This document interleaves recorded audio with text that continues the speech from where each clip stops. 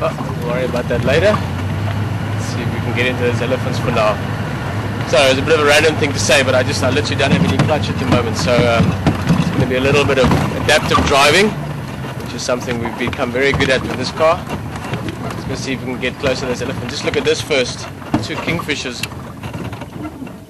sitting right in line with each other. That's awesome. Very hard to see these guys.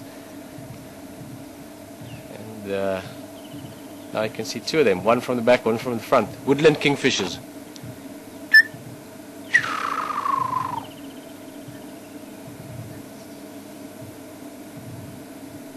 It's a pretty bad imitation of it, but I'm sure you recognize the call.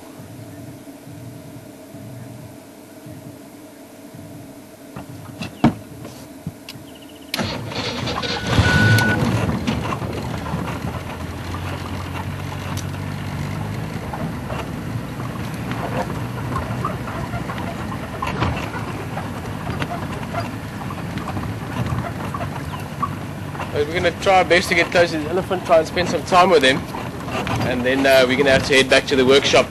Can't really drive this car like this for too long. Something, maybe the clutch plate is gone.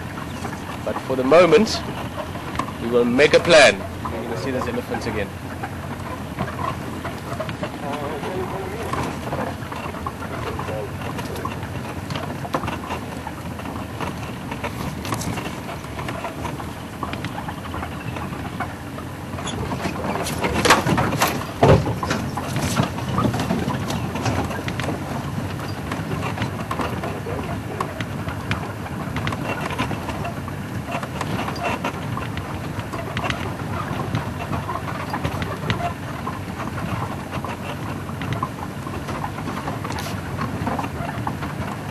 Coming up sort of abreast of the herd at the moment. I just want to first circle around so that we don't go in too close to them, and then we'll slowly go closer and sort of get up ahead of them, and then just sit still and let them come closer to us. Always the best way with elephant is to rather let them come to you rather than going straight to them. It's also more respectful.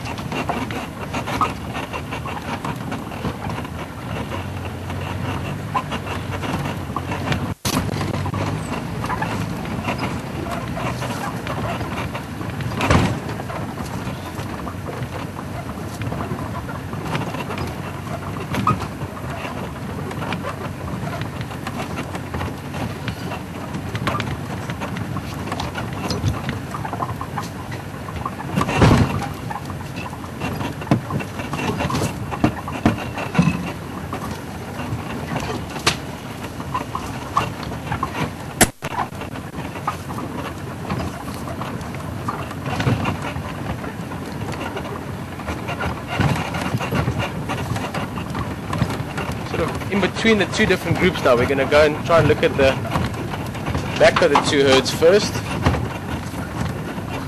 On the way back to camp, we'll try and go past the other herd as well.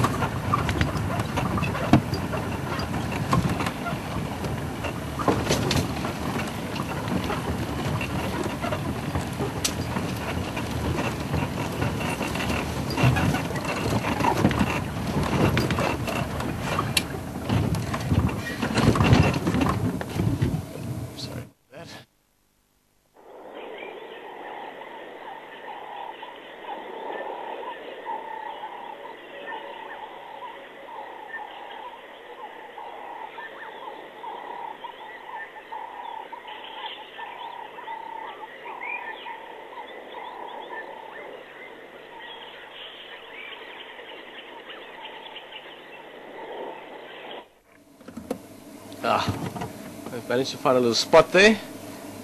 Interesting enough, that female, when she gets a bit close, I'll try and get a photograph of her as well. Can't say I remember her specifically from before. I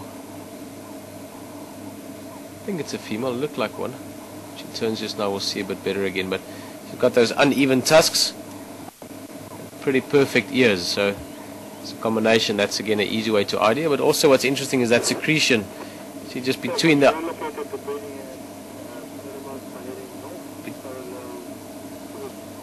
sorry, just something on the radio there. Just that secretion between the eye and the ear that often shows you a bit of stress. Maybe there was a bit of stress in the group earlier. She might be the matriarch even of this group. She's quite big. She would be probably 50 years, 45 years old. There's actually looks like Termschlammers. I'm with another group just further sort of southeast from them along the same Skovene.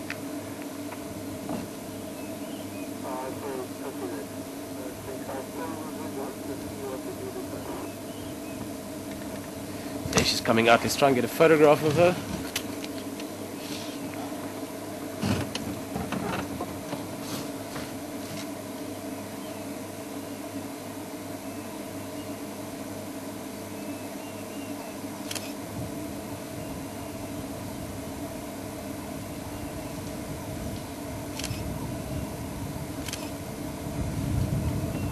Elephants always, especially for ID photographs, best to try and get them as the ears are open.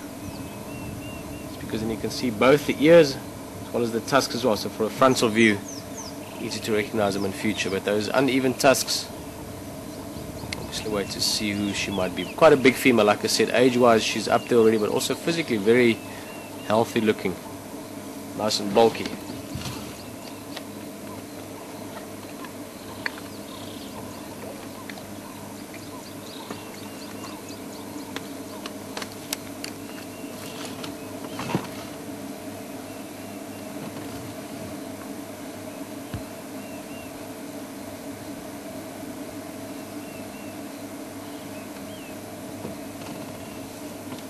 Also nice and calm, which is great. The rest of the herd, see them moving through the undergrowth there now.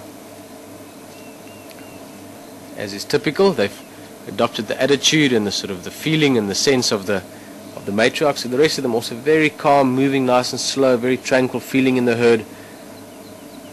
Some other herds you get in, there's a lot of movement and play and noise, sometimes even aggression, even within the herd. So not only does it influence how the herd behaves towards humans or cars, but it also behaves or influences how they behave within the group itself.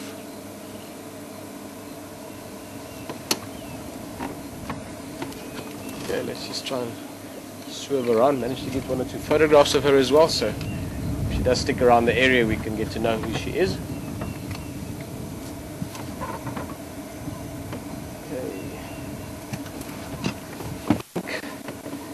Due to this driving, it's very tricky. I'm going to stick with this group more now. They're moving behind us into that thicker stuff. We'll try and have another look at that front group. They had the two small babies, and then we're going to have to go and look at this car.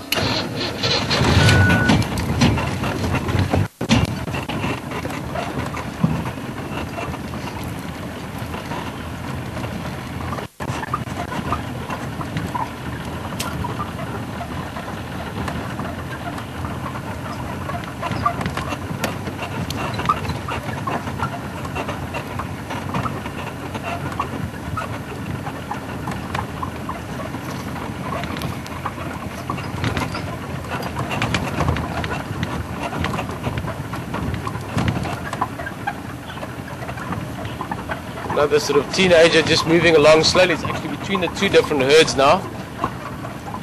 I'm just coming back to what I said earlier. Often the herds will split up during the day and then gather around more at night again. Now, it's not a typical sort of fixed thing that it's always like that. It's just that quite often you have different family units. I'm sorry, this is it's tricky because I can't just stop.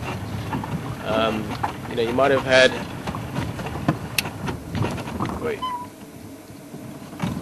maybe a big breeding herd of the matriarch, and eventually the herd got big enough that they split into two groups. And this is quite common. One of our oldest daughters would then be the matriarch of the next group, and those groups might quite often band up together again. So there's still a close relation even between different herds that hang out with each other.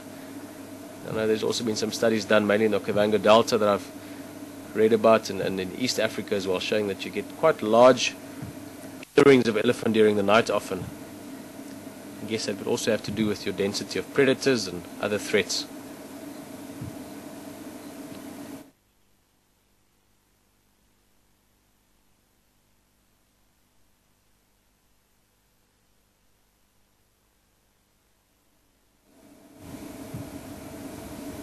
Thanks, Haley. Just reminding me of a question. Emma from the UK.